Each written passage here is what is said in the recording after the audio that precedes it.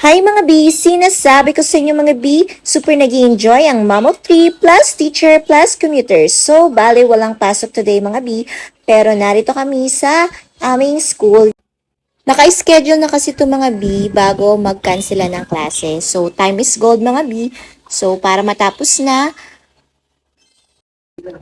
pinustro na namin ito. So, bale ang ginawa ko mga B, HPTA meeting, releasing of cards, and awarding sa mga academic excellent this third quarter. So, ayan mga B. So, hindi lang mga kids ang may awards. Syempre, pati din ang aking mga supportive parent. Super happy ng heart ko dahil ito talaga ang passion ko, ang pagiging guro.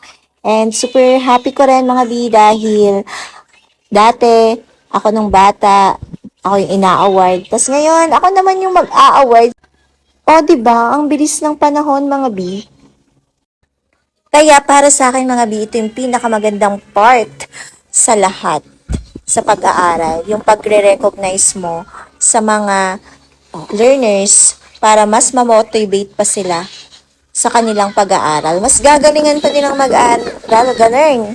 So, after kong mag-meeting, mag-card day, at mag-award, pinauwi ko na sila. And after nun, itutur ko kayo sa aming garden. Hi guys! So ngayon mga B, pupunta tayo sa garden ko. Tara! So, uunahin muna natin mga B dito sa likod.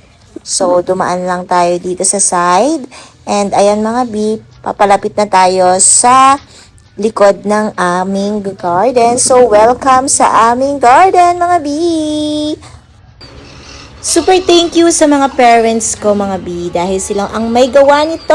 Kaya very thankful ang inyong lingkod. Ano ito oh, diba? Made sa gulong plastic itong garden na.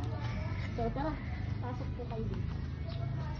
So ito yung garden namin na hindi pa tapos. My gosh. So ayan. Ito made of, ito yung nyog. Tinulayan. Oh, nyog yan. Tapos yan plastic.